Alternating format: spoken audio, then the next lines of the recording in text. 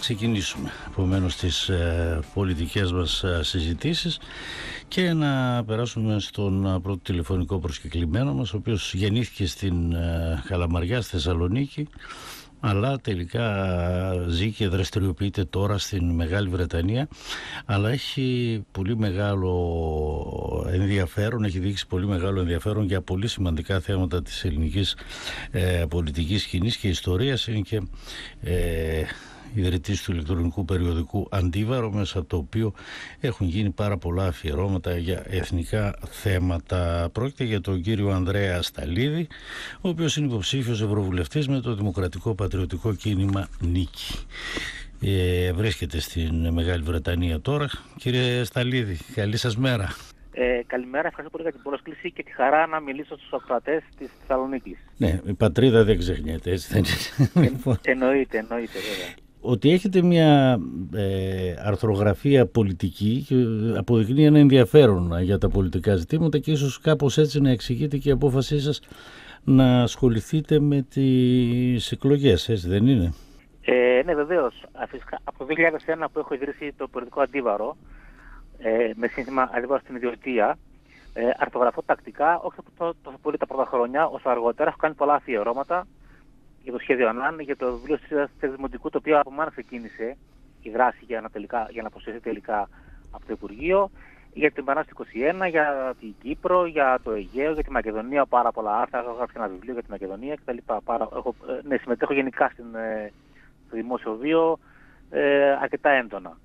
Οπότε αποφασίσετε να ασχοληθείτε με την πολιτική στο Ευρωκοινοβούλιο. Γιατί στην Ευρωβουλή? Γιατί, μάλιστα. Είναι εύλογη πορεία που έχουμε όλοι μας καμιά φορά, ότι όπως να κυβερνάει στην Ελλάδα, περίπου οι ίδιοι νόμοι περνάνε, έτσι δεν είναι? Αυτό συμβαίνει επειδή πολλοί από τους νόμους, 7 στους 10 λένε κάποιοι, προέρχονται από οδηγίες της Ευρωπαϊκής Επιτροπής. Δηλαδή, τα πράγματα τα οποία έρχονται στην Ελλάδα ξεκινούν από τις Βρυξέλλες. Οπότε εκεί είναι, κατά τη γνώμη μου, ο τρόπος και ο τόπος για να επηρεάσει κανείς τις εξελίξεις, να διαμορφώσει αυτό που θα έρθουν στην Ελλάδα αργότερα, τις πολιτικές όλες, και γι' αυτό πρέπει να αξιοποιήσουμε αυτό το χώρο όσο μπορούμε. Το κύμα των ευρωβουλευτών, τον οποίο λέγει η θητεία σήμερα, φέτος, νομίζω είναι από τα χειρότερα κύματα, γιατί αφενός και δεν μιλάω μόνο για τα σκάνδαλα, δεν ενημέρωναν τον κόσμο, δεν ήταν παρόντες εκεί, οπότε χρειάζεται να επιλεγούν κάποια άτομα που έχουν και ευρία γνώση, αντίληψη των πραγμάτων και θα έχουν εκεί το μυαλό τους πώς να υπηρετήσουν τα συμφέροντα της Ελλάδας με τον καλύτερο δυνατό τρόπο, ανεξάρτητα από κομματικές ή άλλες δεσμεύσεις ή εξαρτήσεις, τέλος πάντων, από άλλους παράγοντες. Και γιατί μέσω του κινήματος Νίκη? Η Νίκη για μένα εκφράζει κάποιες αξίες, κάποιες παραδόσεις, οι οποίες πρέπει οι οποίες σχετίζονται και με την Ευρώπη. Θα σας δώσω ένα παράδειγμα. Οι ηγετές της Ευρώπης, μέχρι και τον Ντεγκόλ, πίστευαν στην Ευρώπη των εθνών. Οι τρεις πυλώνες πάνω στους οποίους βασίστηκε η Ευρωπαϊκή Ένωση ήταν οι χριστιανικές ρίζες, το ρωμαϊκό δίκαιο και ο ελληνικός πολιτισμός. Αυτά σήμερα έχουν υπονομευθεί. Εγώ πιστεύω ότι αν οι ηγετές της Ευρώπης σήμερα ζούσαν, θα ήταν ευρωσκεπτικιστές. Η Νίκη λοιπόν προσπαθεί να επαναφέρει ακόμα και την Ευρώπη την ίδια σε αυτές τις αξίες που έχει χάσει. Το όραμα της ρωμιοσύνης προσφέρει για την Ελλάδα ένα όραμα για το μέλλον.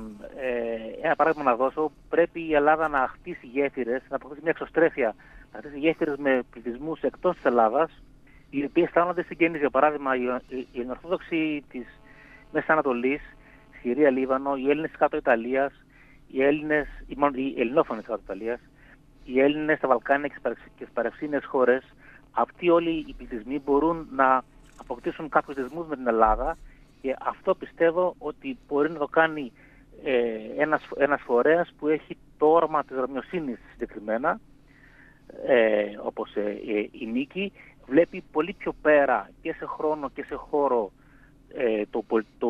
το στίγμα που εκφράζει, και φυσικά δεν έχει το νου του μόνο στις επόμενες εκλογές να πάρει κάποια ψήφο, να κάνει έχει κάποια αλληλεξάρτηση από οικονομικούς παράγοντες ή άλλους. Δηλαδή έχει στο μυαλό του μόνο αυτό το πράγμα. Οπότε να φανταστώ ότι οι δικές σας προτεραιότητες στην περίπτωση που εκλεγείτε θα είναι προς αυτή την κατεύθυνση, δεν είναι?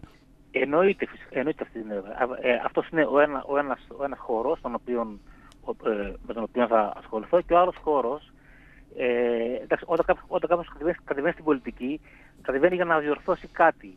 Έτσι, στην πολιτική εμείς δεν είμαστε όλοι στην νίκη, δεν είμαστε στα κομματικά τζάκια βγαλμένοι από τα κομματικά γραφεία. Είμαστε άνθρωποι, αυτό που λέγω, κανονικοί άνθρωποι, απλοί άνθρωποι, και ασχολούμαστε επειδή πιστεύουμε ότι η πατρίδα μας σήμερα δεν είναι ψηλά, είναι χαμηλά.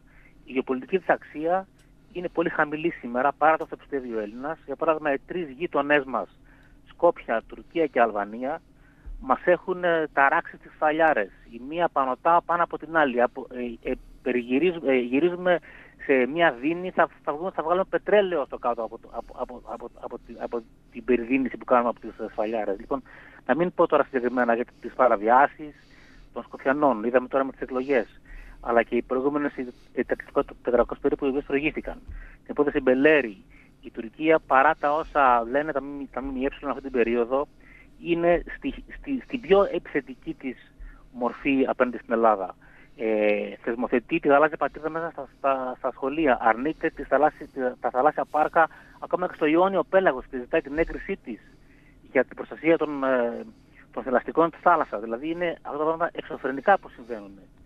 Λοιπόν, είναι η κατάσταση πολύ, πολύ χαμηλή, και γι' αυτό το λόγο θέλουμε να διορθώσουμε όσο μπορούμε αυτό το ζήτημα. Μέσα στο πλαίσιο της Ευρωπαϊκής Ένωσης, έτσι, δεν σκέφτεστε? Ναι. Εννοείται. Αυτό καλά κάνετε. Γι' αυτό ανέφερα και πριν το πώς ξεκίνησε η Ευρωπαϊκή Ένωση. Εννοείται εντός της Ευρωπαϊκής Ένωσης. Δεν υπάρχει καμία διαφορά πάνω σε αυτό, άλλη σκέψη. Εσείς επαγγελματικά δραστηριοποιήσετε στον χώρο της ενέργειας, δεν είναι, κύριε Σταλίδη? Και αυτά τα τελευταία χρόνια ζήσαμε μια περίεργη μορφή ενός ακήρυκτου πολέμου μέσω της ενέργειας. Πώς το βλέπετε εσείς? Πώς μπορεί να εξισορροπηθεί κάπως? Γιατί βρεθήκαμε ξαφνικά σε μια δίνη εδώ στην Ελλάδα και τα πάντα εκτοξεύτηκαν. Ναι, σωστά. Εγώ εργάζομαι για 23 χρόνια στον τομέα της ενέργειας στην Αγγλία, σε 4 διαφορετικές εταιρείες, κυρίως σε πάροχο, αλλά και σε πάροχο και σε παραγωγό, και σε εταιρεία που δεν είχε κάποιο asset, δηλαδή δεν είχε θέση στην αγορά. Γνωρίζω λίγο το χώρο αυτόν. Ναι, τώρα αυτό που λέτε είναι πολύ παραγωγικό. Δηλαδή έχουν επηρεάσει πολλά πράγματα. Έχει επηρεάσει πάρα πολύ και ο πόλεμος Ρωσίας-Ουκρανίας. Επίσης, ένα ζήτημα της ενέργειας αφορά και τα ελληνοτουρκικά. Δηλαδή έχουμε τους αγωγούς. Το παράδειγμα μας είναι η Κύπρος. Η Κύπρος το 2005 κατάφερε και όρισε ΑΟΣ με Τουρκία, Λίβανο και Αίγυπτο. Έτσι, πήρε πλήρη επίρρεια, ενώ η Ελλάδα δεν πήρε πλήρη επίρρεια από την Αίγυπτο το 2021. Έχει βρει κοιτάσματα και θα ξεκινήσει πάρα πολύ σύντομα την εξόρυξη. Θέλω να πω ότι νέες πηγές φυσικού αερίου, εάν συνδυαστούν με τους αγωγούς που θα περνάνε από την περιοχή αυτή, από το Ισραήλ που βρήκε την Κύπρο, την Ελλάδα και πάνε στην Ευρώπη, αυτό θα δώσει μια ανάσα και στις τιμές. Τώρα η ακρίβεια και τα λοιπά και η κρίση στην ενέργεια είναι γενικό φαινόμενο, δεν αφορά μόνο την Ελλάδα, δηλαδή συμβαίνει παντού στην Ευρώπη. Δεν είναι ελληνικό φαινόμενο αυτό. Δυστυχώς αυτή είναι η κατάσταση, και αυτός είναι και ένας άλλος λόγος για τον οποίο στην Ευρώπη μπορεί να βοηθήσει. Είναι η άπτυξη της τεχνολογίας και νέων πηγών παραγωγής ενέργειας, όπως για παράδειγμα το υδρογόνο. Δηλαδή πρέπει η τεχνολογία να αξιοποιηθεί και να συνδυαστεί με τις ανάγκες που υπάρχουν σήμερα στον κόσμο, ώστε αυτές οι νέες πηγές και στο ζήτημα της αποθήκευσης, μπαταριών δηλαδή, αλλά και αποθήκευσης με ανανεώσιμους τρόπους, όπως για παράδειγμα άντληση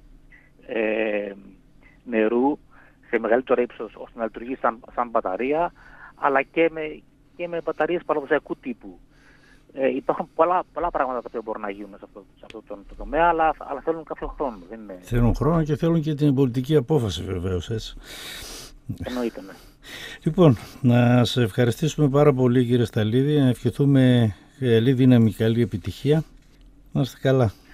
Να είστε καλά, ευχαριστώ πάρα πολύ για την ευκαιρία αυτή να μιλήσω στους ακροατές σας και καλή μέρα σε όλους. Καλή σας μέρα.